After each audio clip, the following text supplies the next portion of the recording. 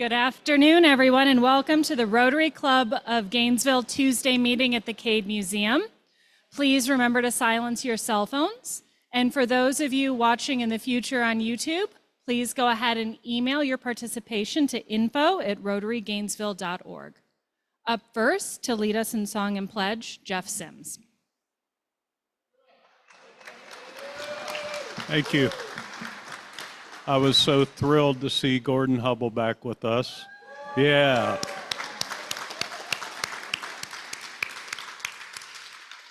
So here we go, Gordon. We're going to sing My Country 'Tis of Thee, known as America, really. My country 'tis of thee, sweet land of liberty, of thee I sing. Land in my father's side, land of the pilgrim's pride, from every mountainside, let freedom ring. And join me in the pledge, please. I pledge allegiance to the flag of the United States of America and to the republic for which it stands, one nation, under God, indivisible, liberty and justice for all.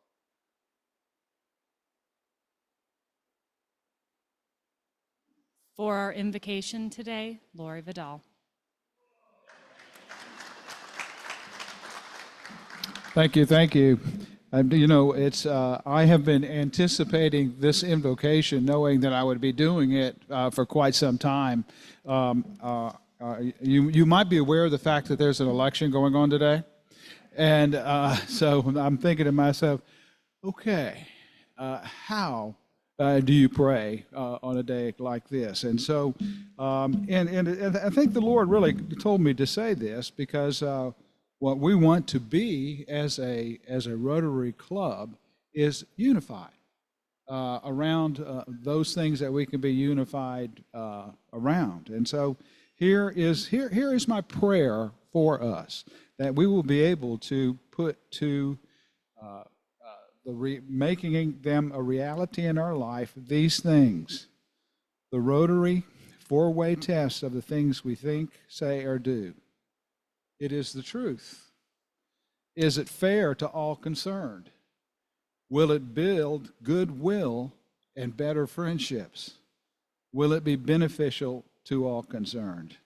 And then, just as we did as a group, what did we bring before the group?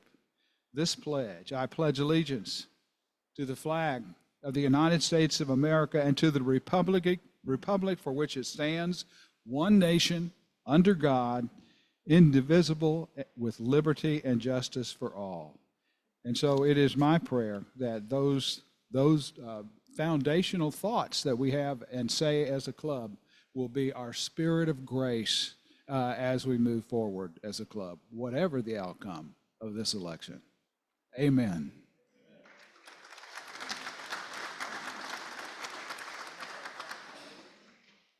We invite our guests and visiting Rotarians to remain standing to introduce yourselves to our club.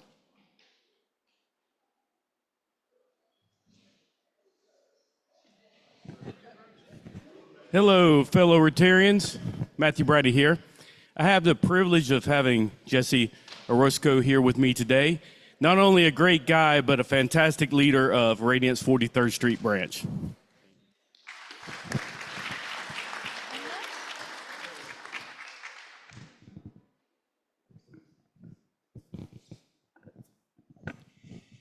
Good afternoon. I'm going to introduce Ryan Amsell, new member, first meeting. Ryan is a UF grad student in the Department of Sustainable Architecture, and he's interested in Sustainable Cambodia, Richard. And he actually wants to talk to anyone who would listen about sustainable housing and how we could pay for it. Welcome, Ryan.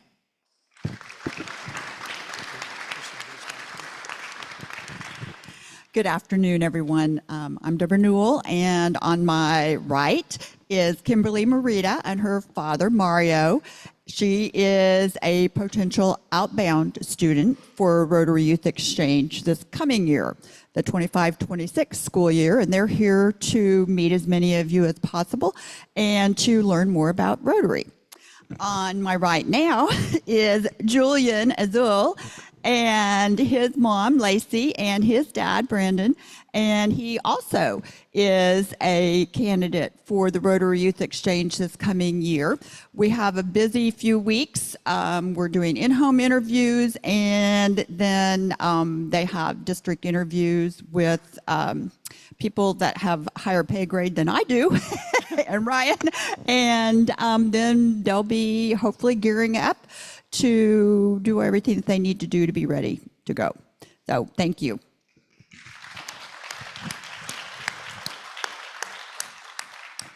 Good afternoon. I'm Jacob Rush from the Monday Club, and I'm here with Bree, and we're going to have an announcement for you about our smoked turkey fundraiser.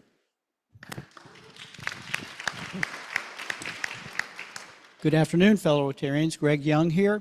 I'd like you to please give a warm Rotary welcome to a visitor to our club. First time here, Ali Abbasi. He's a local businessman, and he's coming to check us out.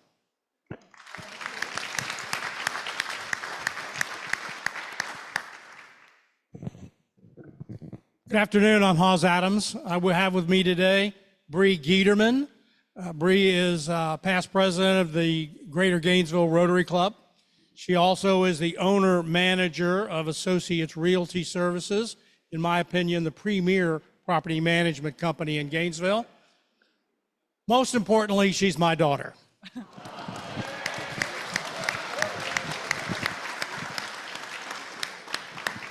Thank you all for visiting us today. Now we have quite a few Rotarians with November birthdays. So first I'm gonna call your name. If you would, bring your dollar up to Ryan, and then Jeff will lead us all in happy birthday.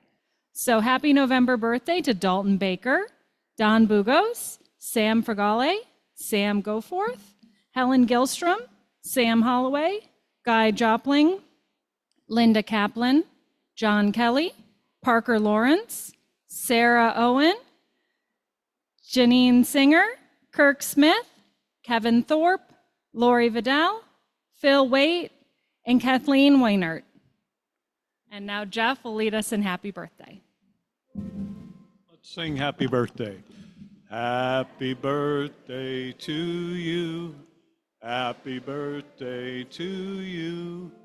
Happy birthday, dear Rotarians. Happy birthday to you.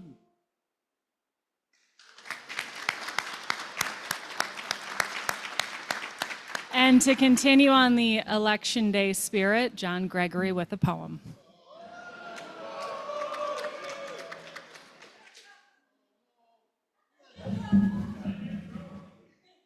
Well, y'all grown very well. That's super.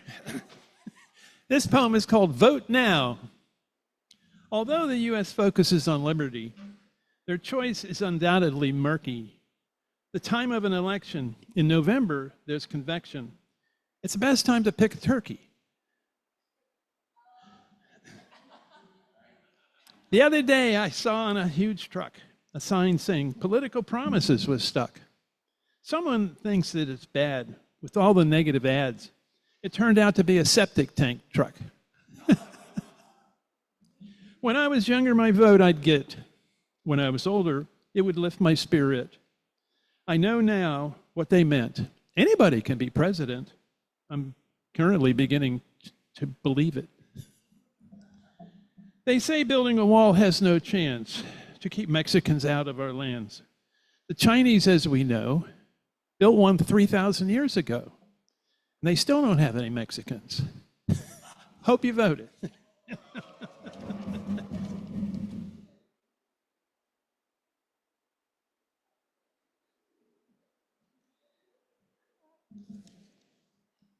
And now we'll move into some announcements. If you would please welcome Jake and Bree from the Monday Club.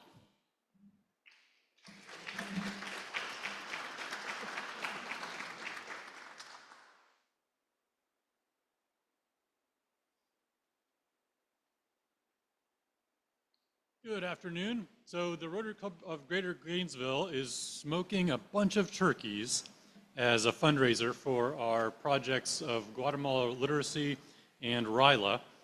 We have flyers that we pass around. They're $60 per turkey. They're 12 to 13 pounds. They come seasoned, smoked, ready to eat.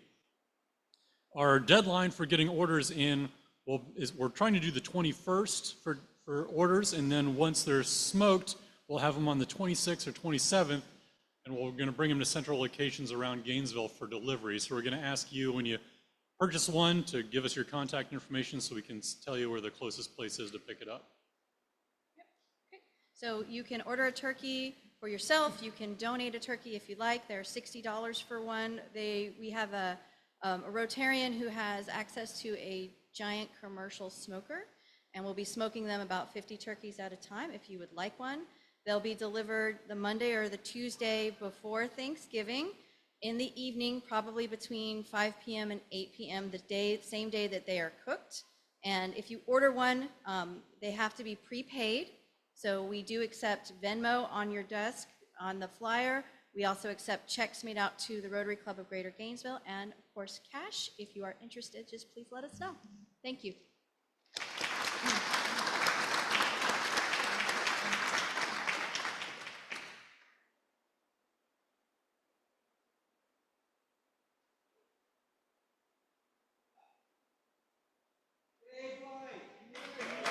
Hey everybody, here to talk about Seafood Spectacular. I got 3 quick announcements. First of all, remember the event is on November 21st. It's a Thursday before Thanksgiving, and 15 days away. So get your tickets. You see a flyer here, QR code if you want to order tickets. You can get them over here at the desk when you go out. So please come out and have a great time. It's a great event. Everybody has a really good time with it. There'll be lots of food and drink and music, live band. So we'll have a lot of fun.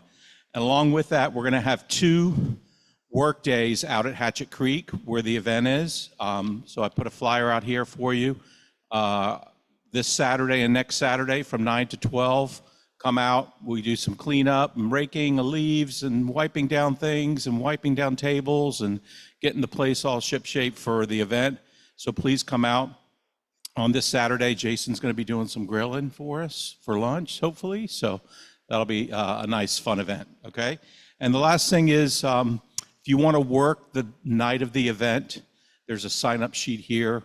We look for people over in the kitchen area for prepping and cooking and serving. We're going to have the Culinary Institute out there from Eastside High School, so they'll be helping us as well. And looking for some people to work the beer bar and the wine bar, and also during the day if you want to come out and set up tables. So just you can sign up here or come see me, or you can speak to Wilbur. So anyway, that's it. Great. Looking forward to seeing everybody. Thank you.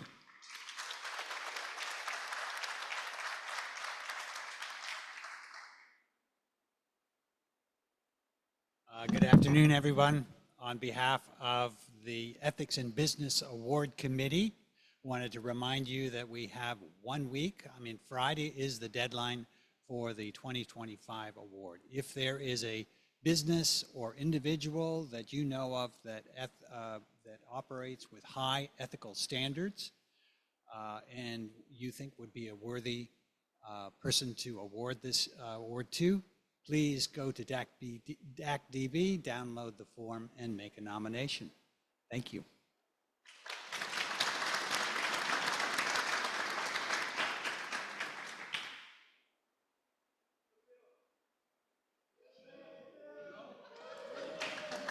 Because I'm happy, clap along if you feel like a room without a roof. Because I'm happy, clap along if you feel like happiness. Okay, thank you very much. Hey. I want everybody to be happy. Okay, so in most organizations, 15% of the folks do 85% of the work. and this Rotary Club is no different. Today, I'm here to recognize and thank one of those 15 percenters. But first of all, I'd just like to mention a few of the other 15 percenters. First, we have Wes, doer of all things Eubanks, our current and past boards, the vast number of committees and chairpersons of those committees. Brendan on the computer, Pete with the cool jokes, and of course, John, Mr. Poet Laureate Gregory, and our pianist Gordon, what a guy, Hubbard. Prayer leaders Laura, Kevin, Deborah, and Ernest, our treasurer Jeff Sims, an all-consuming job behind the scene, and all those past and future presidents. Last, I want to recognize one of the past presidents. I understand that it's a 4-year commitment. First, there's a Secretary of the Year, then President-elect, and then the actual job of President, and then past President. Now, that's a commitment to service above self. Now, listening to those presidents share their thoughts amongst each other on the challenging year of the service of this club, I've heard the job that becomes easier when you have a good sergeant in arms like Jenna Oates, an on-the-ball program director like Jai Joplin, a cool and organized director of fun like TJ and Patrick, leaders of the Seafood Spectacular like Dwight and Wilbur, Susan and Richard from Sustainable Cambodia, Deborah leading Rotary Youth Exchange, and of course the big job, the Wild Game Feast, Matthew Brady. Huh? I asked Ryan, how the heck did you get Matthew as his feast master? He just simply smiled and stood up a little straighter. I said, was he not a past president during COVID? Did he not already serve as feast master prior to his presidency? Was he not overwhelmed during COVID when we went to box lunches and he had to ask, where's my cookie? To viral, who knew what Zoom really was? And how did we get from the comfortable hotel on 13th Street to the Cade? Not a simple task, I assure you. All this for our Rotary Club, while at his day job, people calling him day and night for him, yes, that's Matt, to shepherd through the system, their PPP, as one of our neighborhood bankers. Heck, according to Jay, another fine banker, the PPP program brought him friends that he never knew he had to a program that was being built while being implemented, like a flying plane while building it. The hurdles that Matt did were recognized, analyzed, and overcome during his leadership of this club, which were immense, time-consuming, the first ever of the history of this club, and most likely only known to Matt and maybe his bride, Shannon. Now here he is again, our feast master. Once again, past president, transitional president during COVID to the Cade and cater lunches, and our newest Paul Harris Fellow, Matthew What a Guy Bradley, our top banana. Come on up here, Matt.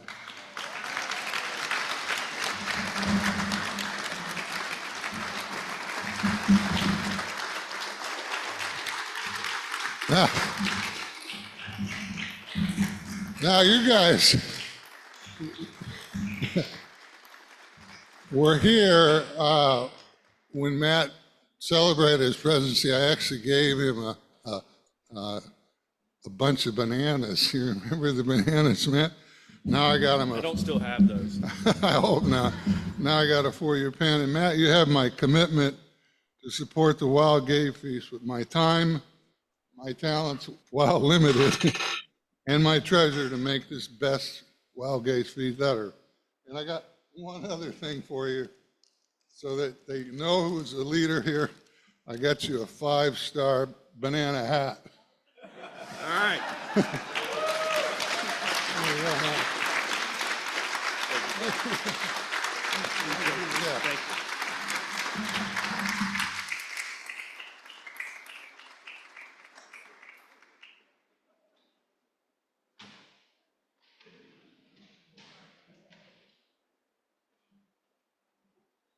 Thank you, Bill, and thank you, Matt. And now please join me in welcoming our president, John Thompson.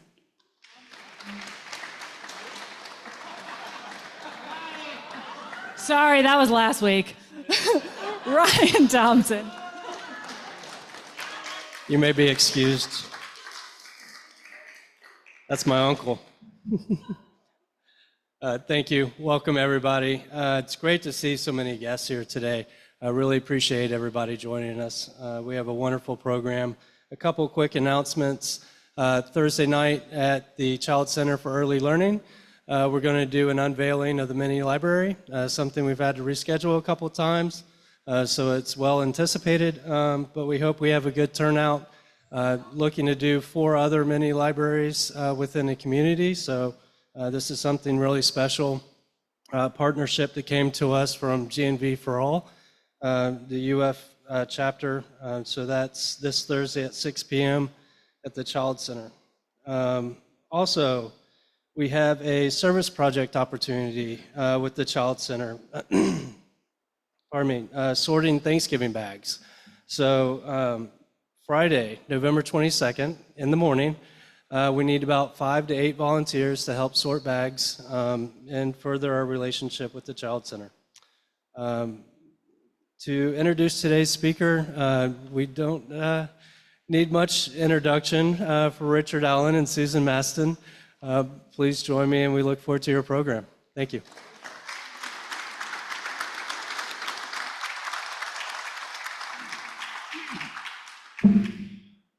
Yeah, thank you. Thank you, Ryan. Thank you, John. I'm going to be speaking today about Sustainable Cambodia, and Susan's going to come join me at the second half of the presentation. I know that a lot of our members have heard about the whole background and history on Sustainable Cambodia. In fact, a lot of our members have heard it multiple times because we've been doing this for some 20 years. But we have a lot of folks here that are either new members or visitors, and so I'm going to go through the whole history of Sustainable Cambodia. I'm going to try to do this kind of quickly, though, because like I say, a lot of you have heard much of this before. I'm going to start with the background, and then we're going to move into a little history, the impact of the program, and then Susan's going to come up and join me, and we'll talk some about child sponsorship. On background, so Cambodia, for those who don't know, it's kind of wedged in between Thailand and Vietnam, a smallish country there, but I suspect everybody, unless you're a very young person, you probably know about the Khmer Rouge genocide that occurred. I think 13 million people wound up either displaced or killed in the genocide. The genocide was one that was undertaken after the Vietnam War, and it was, and as part of that, they tried to either kill or have leave the country anybody that had a background with a foreign culture, anybody that had an education, anybody that wore eyeglasses, anybody that knew a foreign language. Just trying to basically purge the country and take it back to what they considered to be year zero, so that they could start with a perfect society. And of course, as everybody knows, that completely collapsed. And then a democratic system was put in place by the United Nations.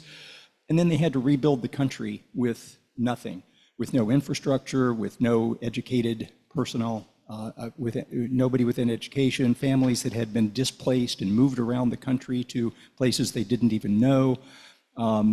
The country itself is in Southeast Asia. You have a long dry season that runs about 4 to 5 months when there's no water, and then you have a couple of months of monsoon.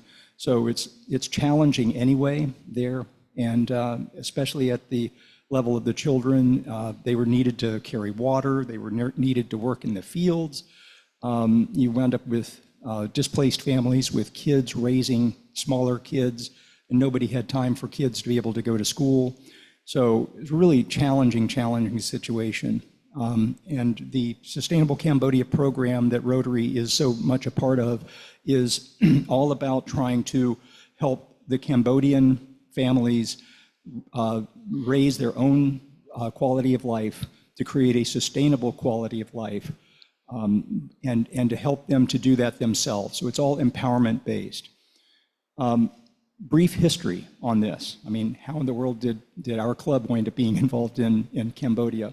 It started with Bruce Lasky, who was a local public defender here, decided to go around the country, wound up in Cambodia, met somebody that took him out into the rural villages and said, and introduced him to a family that wanted to start a little school. And indeed, he got his family and friends and his mother to help to support this little school in Cambodia. Ran for a couple of years. It was a really sweet school, very, very nice. But the families couldn't afford to keep their kids in school. I mean, they needed their kids to work in the fields. They needed them to carry water. They had dysentery half the time. So, how do you get around that? Well, Bruce basically was having the families receive a lot of, I've forgotten, 20 kilos of rice, I think, every month if they kept their kids in school. But that's not sustainable, right? So after a couple of years, we had asked Bruce if we could get involved and help to create a sustainable model. And as part of that sustainable model, we came up with the very first philosophy of it, our principle was no paid staff internationally. So no overhead internationally. Every dollar was going to go into the country itself to be used in the programs. And then within that, Susan and I spent a little bit of time going to Heifer International, studying with Heifer International on the process that they use for animal pass-on, animal husbandry, and community development in these villages. And as part of that, they have these things called community development, village development committees, where the village families come together and create their own committee, decide what projects they're going to be involved in, how they're going to do them, and they create self-help groups. So that was kind of the beginning of Sustainable Cambodia in terms of the model that we were going to use.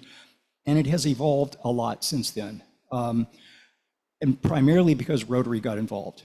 In 2003, Rotary first got involved when Stephen Johnson, and this was about 6 months after we had started this new model with Sustainable Cambodia. Stephen Johnson, a member of our club here, came to me and said, you know that little program you have going in Cambodia? That'd be a great project for Rotary. You should consider joining our club. And I did, and everything has happened that has happened since then is because of that day. Thank you, Stephen.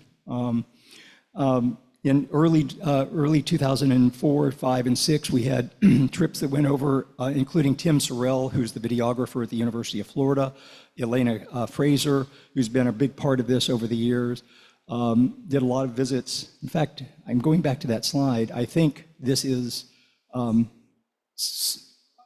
it's the daughter of Michael Pellet. Is that Michael? Are you here?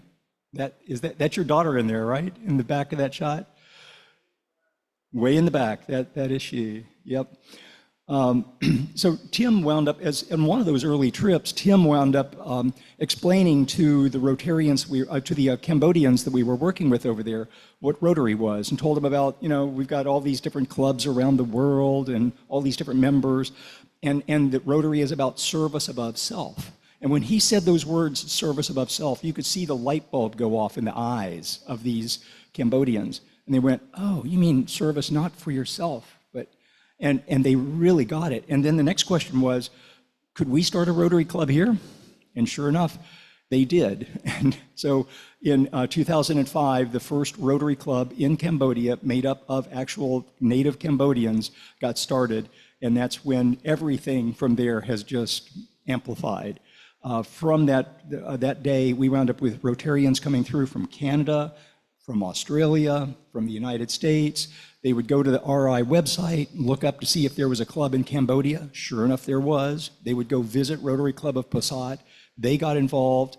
More and more Rotarians visited from around the world until today we have more than 100 Rotary clubs around the world that are an active part of this program, all from this club, all from what you guys have done here. So yeah, it's a really a remarkable thing. And the impact of this on Cambodia has been pretty remarkable. I'm just again, the philosophy on this is that we're not going in and doing something for them. We are going in and helping them to do the work themselves. They do the planning, they do the work. So it's all truly empowerment based. And there are two parts of this: community development, which is what the village, development in the villages themselves. And then the second part is the education side.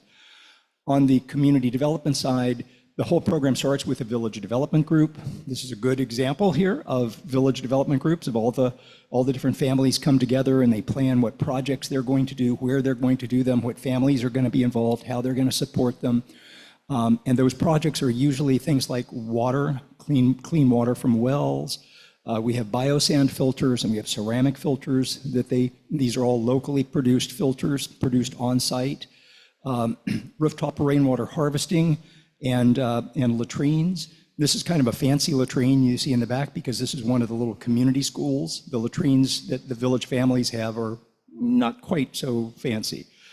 And then we have an animal pass-on program, which is an integral part of our agriculture program, and then that leads to alternative income generation for the families. So they're making enough money from taking food to the market and producing food for themselves that they can actually keep their kids in school and have their kids be healthy enough to be able to go to school. So then we have the education side of the program, and this is what makes truly long-term sustainability, is the education side. On that side, we start with preschools in the villages and small community schools. In those small community schools, the kids get exposed to basically just to kind of all the precepts of education and how you learn as you grow. They're really exciting. The kids are really wrapped up in this. Those schools lead to our larger enrichment schools. When the kids get into grade school age and then into high school age, they will wind up actually going to state school, but state school might only run a half a day. So they will wind up going the other half a day or a few hours in the afternoon to our enrichment schools. And in those enrichment schools, they'll cover everything from all the standard history and science and math and all of those, but also food and sanitation. We have libraries in each of these schools that are really integral parts of the schools themselves. The kids wind up learning about world citizenship and the like. We have computer classes that they get to be part of. For the girls that live too far from the school to be able to attend the school on a daily basis, we have dormitories for the girls. And then we have youth clubs that are based on Rotary, and these are really fantastic. When you get to go on one of the trips with us, you'll find that the young people who are leading our trips over there are all from youth club, and the youth clubs are just really vital. And then we've had, out of all of those kids that go through our program, we've had 400 so far that have gone on to Cambodian University. So that's really, this is what creates long-term sustainability, both in the communities and in the country itself. So again, this is all about having education on one side, health on another side, community development, being able to give back, learning how to give back and pass it on. That creates generational change. And when I say generational change, I mean, this is a photo that Elena took on one of our earliest trips over there. And then you wind up with children like that becoming these vital young people who are changing their country and the world. And so impact. Today, as of today, you can see the numbers here, the number of wells that have been installed and the number of families that have been impacted by that. The number of rooftop rainwater harvesting tanks. These are just kind of amazing numbers. I was looking at these and updating them from last year, and they've just increased dramatically from last year. The number of water filters that have gone in, 2,700 water filters, 2,300 latrines. 138 of these community ponds that we put in. These service the entire village where they have water. It's a reservoir for water during that long dry season, and it also provides a lot of the water needed for those gardens. And today we have graduate villages that you'll find when you go through. These are villages that have become totally self-sustaining. We no longer have to do anything in terms of program development with them. They run it themselves. They're really remarkable places to go through. 5,500 children that have been through the program since we started this. So that's a lot of lives. Our club has touched this in so many different ways. The global grants are one of the biggest. Our global grant is something that we've done, I think, maybe 4 or 5 of. And these, how many? 6, Susan says. We're in our 6th global grant now. And these are the things that primarily fund all of those community development village programs that you saw that create that sustainable quality of life in the village. The sponsorship is the child sponsorship is a big part of how we've grown. Across the world, we have Rotary child sponsors. We have a lot of child sponsors that are in this club, and Susan's going to take it from here and tell you a little bit about them. I will. Hi, everybody. I'm Susan Mastin. This is so exciting to see you here. For those of you who are just getting to know about Sustainable Cambodia, our guest today, thank you for your interest. I hope this has been an inspiring, uplifting trip to literally the other side of the world. If you grab the globe and put a hand on Florida and go across the world, you're grabbing Cambodia. So we are connected in this wonderful way. When we go to sleep at night, they're waking up to start another big day in rural Cambodia. It's quite a gift. And for many of you in the room who know this story and are part of this story, I hope today something new grabs your attention, your curiosity, and if it triggers a question, we would look forward to hearing that later on. So let's start. I have 3 stories for you today. The first one is about your sponsored students. And the second one is, I want to tell you the story of the evolution of the scholarship program. I think this is such a learning for all of us on when we plant a seed of an idea and watch it grow and stay open to how it evolves. And lastly, I want to tell you this amazing story about our graduate students. So Richard, if you'll help me start on our opening greeting page. Doug Wilcox, are you here? Doug, that's so panin on our opening page. And Brendan, there's say hi.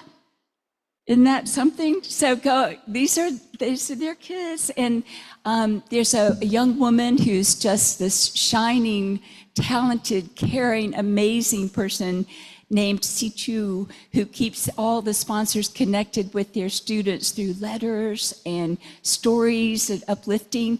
Sichu put this whole presentation together for us just that fast. And on this page, you'll see our brand new graduating class. We have 43 students from our 2 main schools. It's quite a process that I'll describe soon enough, but we're celebrating those kids. So Jay, here is Nook at the top. Bobby Hall, I don't know if Bobby's here today. She has 2 students she sponsored since they were little ones, and they've been classmates, they're good friends, they're youth club members, and they both passed and are on their way to university. And Pat Thomas's student, Sok Panyaha, is on his way too. So this is 43 more students to add to that 400 out in the world, changing their families, their own lives in Cambodia, and all of us. On the next page, I want to just highlight Rebecca Nagy's student. Rebecca's not here, but maybe online. Panit. Doug Wilcox. Here is Lena. I think she's in her 2nd year. Nancy Hart. There's Pak. Great photo. Susan Spain has sponsored Sarah Vatana since she was young. Ryan, here are your students with Martha, Shrelet, and Shreka. Shrey, by the way, is the Cambodian name for girl. So you'll see Shrey often in the girls' names. Barbara Anderson has continued to sponsor Sokran, and Helen Kornblum, Rhett. So all of these young people are on their journeys in university, changing their lives, believing in a dream, and we as a group and you as sponsors are making that happen. Our younger kids, David Gracie, there's Vati, and Michael Pellet, here's Ranut. He is the youngest boy in the middle, in the front row. Naomi, there's Charlie. Naomi has sponsored Charlie since he was such a young boy. We're really celebrating him. Marcia and West, here's Tawi. Ginny Van Hart, if you're on Zoom, here's Monica. And Rebecca Nagy again, Naurong. Deborah Newell, here's Sodanita. Dean Henderson, Kim Chu. This is an amazing young girl. When you come over, you'll meet all these kids. And Dan Boyd, I know you were here recently. Soka Rana is here. So thank you, sponsors. You mean everything to us. I hope it's delightful to see your young ones. My next story is about the evolution of the scholarship program. Maybe about 20 years ago, one of our on-site volunteers stayed a good part of a year, a young woman named Laura. And in her classes she was assisting, she planted the seed of, would you want to go on to school? This was not a conversation in Cambodia at the time. She planted that seed. What would you want to study? What options are there? What Cambodian universities exist? What programs could you study? How could this be possible? So we brought home that idea and literally sat down on the computer and started looking up what are the universities, what are the degree programs, how can our young people go on to university? It was that simple an idea. And it is such a long story. I would be delighted to share more of it. But what I love about the evolution is we've learned as we've grown what is truly helpful for our students. We expanded our original list. We thought we had an idea of what would be sustainable careers. Let's study medicine and agriculture and all. But the reality is Cambodia is emerging over the last 20 years substantially. So that list, that smaller list, has grown to the real need. And at every step of the way, we ask ourselves, what is fair and beneficial to all concerned? So Rotary guidance is inside how we grow the program and how we figure out, how can we make this more available for more students? Not every student passes exams. Now, how can we help them? So we change our criteria. Well, let's have associate degrees. And Cambodian government agrees with that. So instead of going into a bachelor program for 4 years, they have an option to go for an associate degree. So now we have accounting coming in, which is a perfect match for that degree, and more. We have civil engineers. We haven't had a doctor yet, but we have nurses, which is a fantastic career, a lot of IT support. We've added graphic design, and it's just grown year by year to make this bring the best possible outcome and lift up these students. And our team is part of that. So I'm going to bring this together and link my first part with the last part. In this process of having students grow up with dreams and abilities and confidence and readiness, we have students who have come back to Sustainable Cambodia, and they are leading our program. And when you hear this, you're going to be amazed. So they are currently, these are graduates of our school. They are currently head of operations, finance manager and her assistant, my partner, the head of our WASH system, that's wells, water, sanitation, and hygiene, head of the Agriculture Pass on Animal program, the community workshops and training, health services, the sponsorship, the scholarship, the library teacher and their assistants, our sewing team, and admin. So it is the essence, we feel, of the heart of Sustainable Cambodia, the heart of sustainability, that these young people have come back, and they are the ones who make these great things happen every day. So we celebrate that.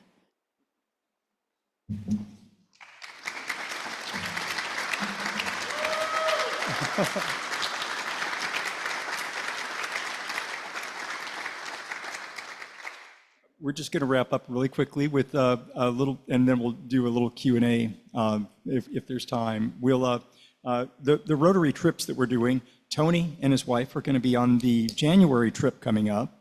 I'll be leaving right after the Tuesday meeting next week to go lead the November trip.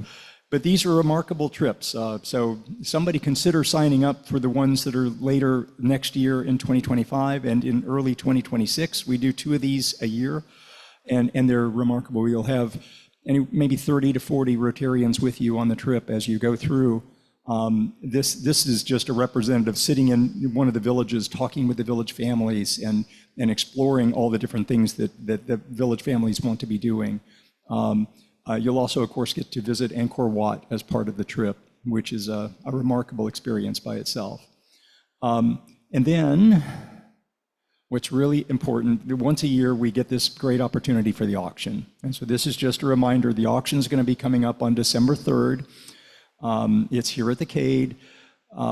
We are going to have a great live auction. We're going to have silent auction. On the live auction items, Ben has traditionally been our auctioneer. This year he's going to be here. Hopefully he'll be wearing his yellow jacket. I think he's actually going to have his nephew do the auctioneering itself, but he's been a tremendous supporter over all those years. And these are some of the live auction events or live auction items that you'll have a chance to bid on.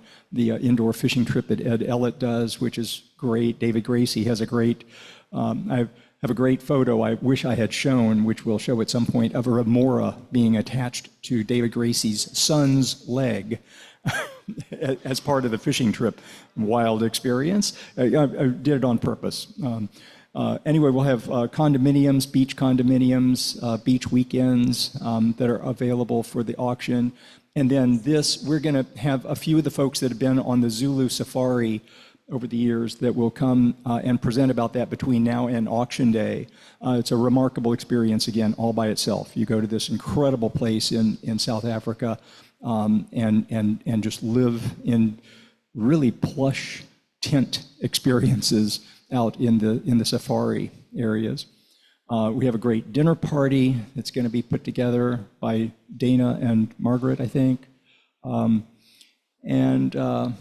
then we're also going to have opportunities for you to give the gift of a cow, a gift of a bike to the kids, really important, backpacks and school supplies.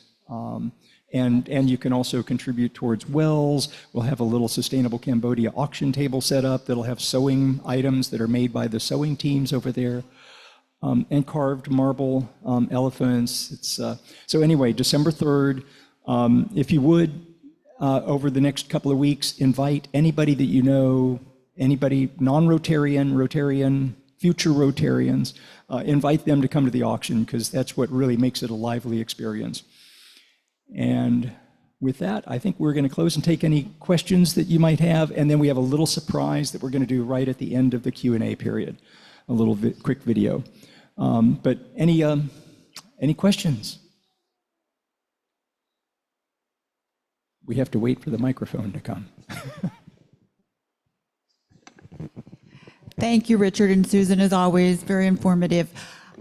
I know that you haven't gotten into housing yet that I'm aware of, but I also know that there have been a lot of discussions, and we have a visitor who is also interested in that, so I thought maybe it's appropriate to ask, what is the current material that is used for housing and what other resources might be able to be brought to bear on building materials or structural pieces that could be turned into housing.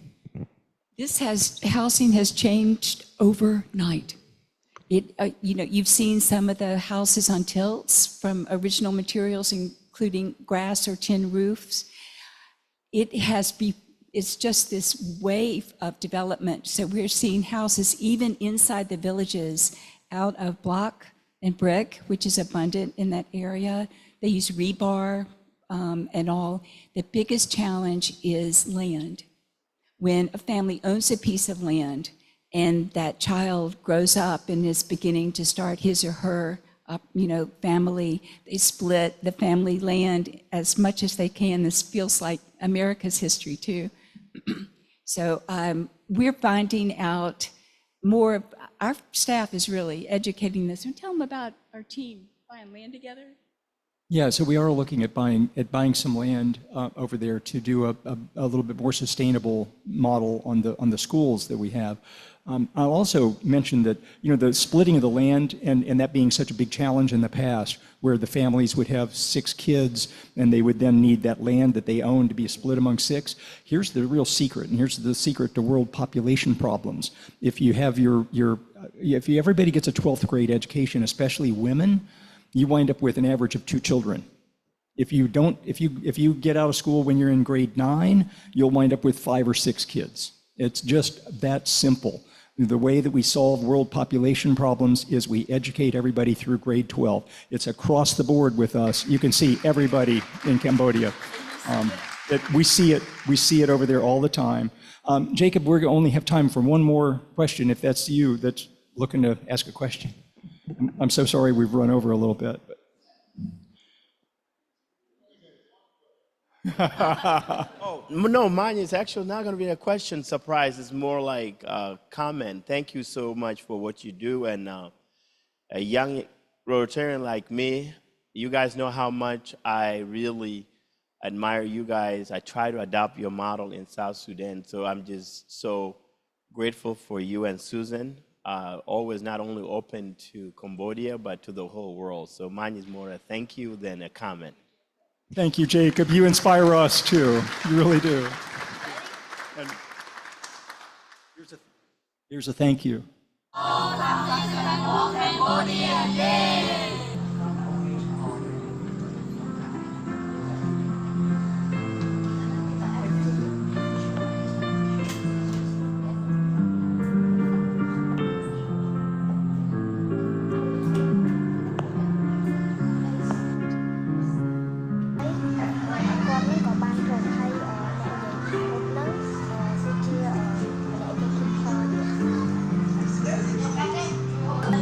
Thank you for supporting us.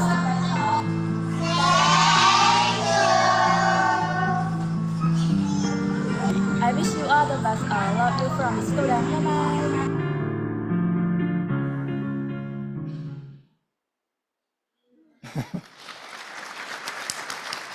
They did that video this last week just for our club. So it's real sweet. And by the way, Gordon, they picked that song out on their own for you. Wonderful world. Thank you. Thank you, everyone. Thank you very much, Richard. And Susan, we'd like to make a donation on your behalf to the Child Center for Early Learning. Thank you so much.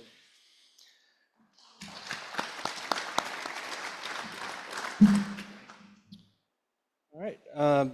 So next week's speaker will be Margaret Combs for our Veterans Day program. The quote of the day: those who are happiest are those who do the most for others. Booker T. Washington. Our Rotary Reading Safari drawing number is 090090. And with that, the meeting is adjourned.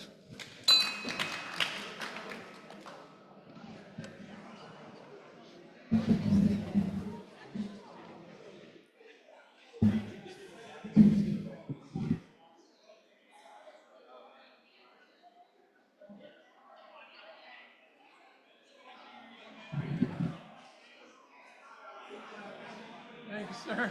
little trouble juggling there, but it worked out. We'll talk soon. I heard you're going to Cambodia. I didn't know that. Is that the first time ever? I've never been. Richard's going to talk me into it one of these years, I'm sure.